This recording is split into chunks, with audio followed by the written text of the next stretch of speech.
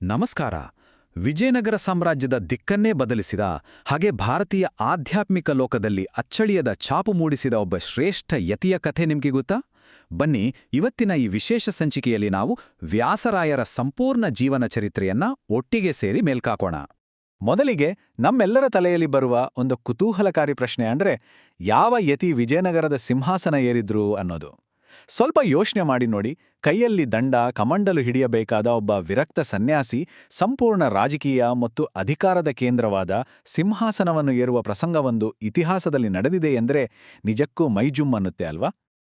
ಆ ಪ್ರಶ್ನೆಗೆ ಒಂದೇ ಒಂದು ನೇರವಾದ ಉತ್ತರ ಅಂದ್ರೆ ಅದುವೇ ವ್ಯಾಸರಾಯರು. ಹೌದು, ನಮ್ಮ ಇಂದಿನ ಈ ಅದ್ಭುತ ಐತಿಹಾಸಿಕ ಪಯಣದ ಕೇಂದ್ರ ಬಿಂದು ಇವರೇ.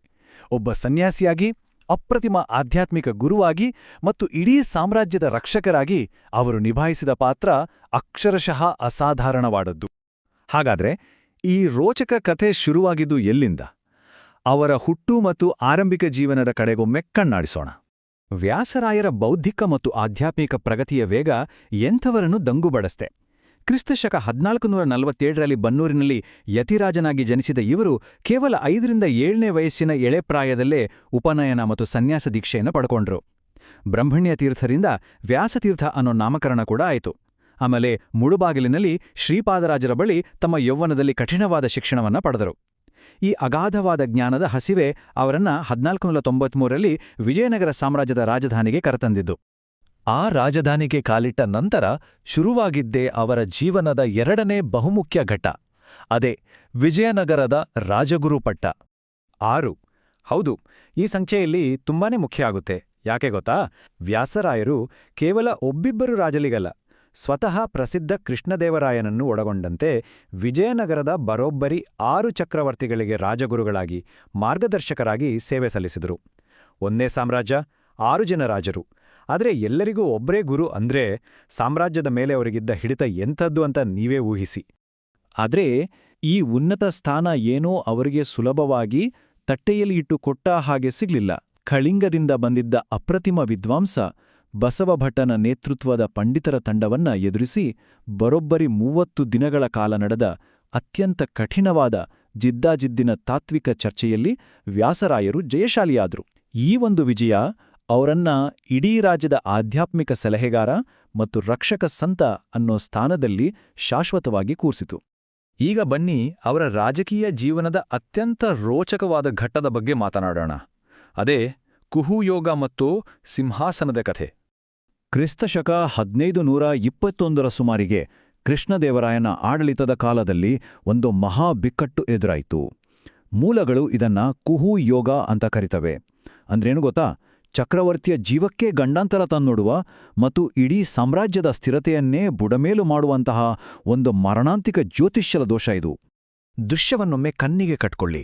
ಒಂದೆಡೆ ಸಾವಿನೆಂಚಿನಲ್ಲಿರುವ ಬಲಿಷ್ಠ ಚಕ್ರವರ್ತಿ ಕೃಷ್ಣದೇವರಾಯ, ಮತ್ತೊಂದೆಡೆ ಆ ಅಗಾಧವಾದ ಕಾಸ್ಮಿಕ್ ಅಪಾಯವನ್ನ ತನ್ನ ಮೈ ಮೇಲೆ ಎಳೆದುಕೊಂಡು ರಾಜನಿಂದ ಸಕಲ ಸಾಮ್ರಾಜ್ಯವನ್ನು ಧಾರೆಯೇರಿಸಿಕೊಂಡು ಕರ್ನಾಟಕ ರತ್ನ ಸಿಂಹಾಸನವನ್ನೇರಿದ ಅದೇ ನಮ್ಮ ವಿರಕ್ತ ಸನ್ಯಾಸಿ ವ್ಯಾಸರಾಯರು.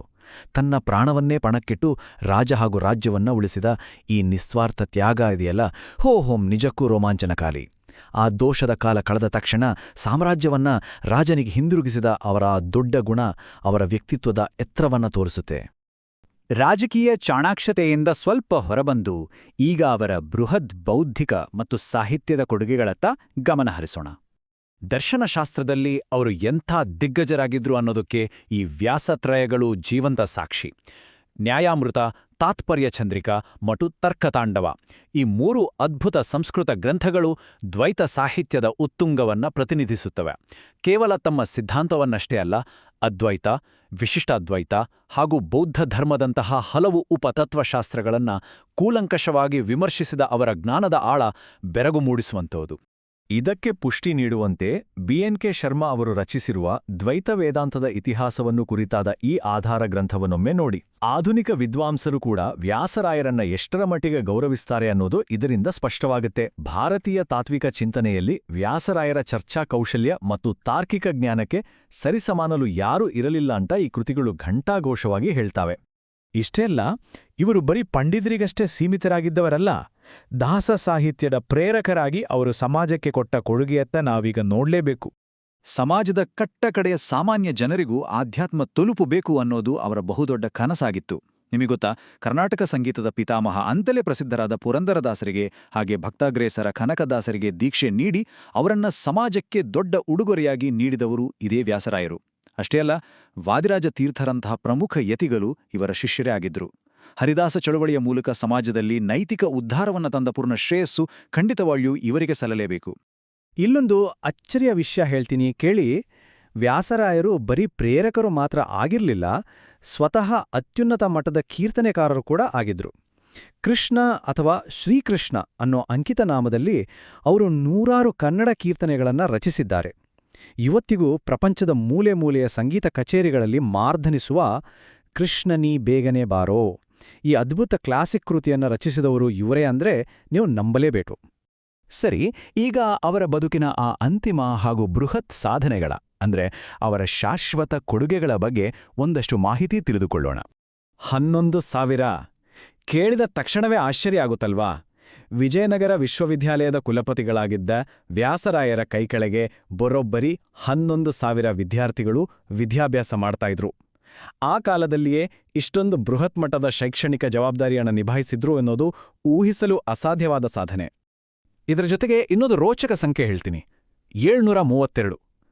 ಭಾರತದಾದ್ಯಂತ ಸಂಚರಿಸಿ ಅವರು ಬರೋಬ್ಬರಿ 732 ಪ್ರಾಣದೇವರ ಅಂದ್ರೆ ಹನುಮಂತನ ವಿಗ್ರಹಗಳನ್ನ ಪ್ರತಿಷ್ಠಾಪಿಸಿದ್ರು. ನಾವಿವತ್ತಿಗೂ ಊರೂರುಗಳಲ್ಲಿ ಭಕ್ತಿಯಿಂದ ಕೈ ಮುಗಿಯುವ ಎಷ್ಟೋ ಆಂಜನೇಯನ ಗುಡಿಗಳ ಹಿಂದೆ ಇವರದೇ ಅದಮ್ಯ ಶಕ್ತಿ ಅಡಗಿದೆ. ತಮ್ಮ ಗುರುವಿನ ಈ ಬೆರಗುಗೊಳಿಸುವ ಸಾಧನೆಗಳನ್ನ ಕಣ್ಣಾರೆ ಕಂಡ ಪುರಂದರದಾಸರು ಅತ್ಯಂತ ಭಾವುಕರಾಗಿ ಒಂದು ಮಾತು ಹೇಳ್ತಾರೆ, ಯೇಸು ಮುನಿಗಳಿದ್ದೇನು ಮಾಡಿದರೂ ವ್ಯಾಸಮುನಿ ಅಂತ. ಅಂದ್ರೆ ಎಷ್ಟೇ ಮುನಿಗಳಿದ್ರೂ ವ್ಯಾಸಮುನಿಗಳು ಮಾಡಿದ ಈ ಭಾರೀ ಮಹತ್ಕಾರ್ಯಗಳಿಗೆ ಸರಿಸಾಟಿ ಇಲ್ಲ ಅಂತ. ಒಬ್ಬ ಶ್ರೇಷ್ಠ ಶಿಷ್ಯನಿಂದಲೇ ಬಂದಿರುವ ಈ ನುಡಿ ಅವರ ಜೀವನದ ತೂಕವನ್ನ ಅದೆಷ್ಟು ಚೆನ್ನಾಗಿ ಕಟ್ಟಿಕೊಡುತ್ತೆ ಅಲ್ವಾ? ಈ ರೋಚಕ ಹಾಗೂ ಅದ್ಭುತವಾದ ಭೌತಿಕ ಪಯಣ ಕೊನೆಗೊಂಡದ್ದು ಕ್ರಿಸ್ತಶಕ 1539ರಲ್ಲಿ. ಅಚ್ಯುತದೇವರಾಯನ ಆಳ್ವಿಕೆಯ ಕಾಲದಲ್ಲಿ ವ್ಯಾಸರಾಯರು ಆನೆಗೊಂದಿಯ ನವಬೃಂದಾವನದಲ್ಲಿ ಬೃಂದಾವನಸ್ಥರಾದರು. ಆದರೆ ರಾಜಕೀಯ ಸ್ಥಿರತೆ ಮತ್ತು ಸಮಾಜದ ಶಿಷ್ಟತೆಯನ್ನ ಕಾಯುವಲ್ಲಿ ಅವರು ನಿರ್ವಹಿಸಿದ ಆ ಪಾತ್ರ ಚಿರಕಾಲ ಉಳಿಯುವಂತಹುದು. ಹಾಗಾದ್ರೆ ಕೊನೆಯದಾಗೆ ನಮ್ಮೆಲ್ಲರನ್ನೂ ಕಾಡುವ ಒಂದು ಆಳವಾದ ಪ್ರಶ್ನೆಯೊಂದಿಗೆ ಈ ವಿವರಣೆಯನ್ನ ಮುಕ್ತಾಯಗೊಳಿಸೋಣ. ಇಂದಿನ ನಮ್ಮ ಸಂಗೀತ, ತತ್ವಶಾಸ್ತ್ರ ಮತ್ತು ಆಧ್ಯಾತ್ಮಿಕ ಪರಿಸರದಲ್ಲಿ ಈ ವಿಜಯನಗರದ ಸನ್ಯಾಸಿಯ ಮೌನ ಕಾವಲಿನ ಪ್ರತಿಧ್ವನಿ ಎಷ್ಟರ ಮಟ್ಟಿಗೆ ಉಳಿದಿದೆ? ಸ್ವಲ್ಪ ಯೋಚಿಸಿ. ನಾವು ಕೇಳುವ ಪ್ರತಿಯೊಂದು ಹರಿದಾಸರ ಹಾಡಿನಲ್ಲಿ, ಅಧ್ಯಯನ ಮಾಡುವ ಸಿದ್ಧಾಂತಗಳಲ್ಲಿ, ಭಕ್ತಿಯಿಂದ ನಮಿಸುವ ಗುಡಿಗಳಲ್ಲಿ ವ್ಯಾಸರಾಯರ ಹೆಜ್ಜೆಗುರುತುಗಳು ಎದ್ದು ಕಾಣ್ತಿವಲ್ವಾ? ಇತಿಹಾಸದ ಪುಟಗಳಲ್ಲಿ ಅಳಿಸಲಾಗದ ಈ ರಾಜಗುರುವಿನ ಚರಿತ್ರೆ ಕೇವಲ ಗತಕಾಲದ ಕಥೆಯಾಗಿರದೆ ಇಂದಿಗೂ ನಮ್ಮ ಬದುಕಿನ ಭಾಗವಾಗಿಯೇ ಉಸಿರಾಡುತ್ತಿದೆಯಂದ್ರೆ ಅದು ಅಕ್ಷರಶಃ ಸತ್ಯ. ಸರಿ, ಈ ಅದ್ಭುತ ಪಯಣ ನಿಮಗೆ ಇಷ್ಟವಾಯಿತು ಅಂತ ಭಾವಿಸ್ತೀನಿ. ಮುಂದಿನ ಬಾರಿ ಮತ್ತೊಂದು ರೋಚಕ ವಿಷಯದೊಂದಿಗೆ ಭೇಟಿಯಾಗೋಣ.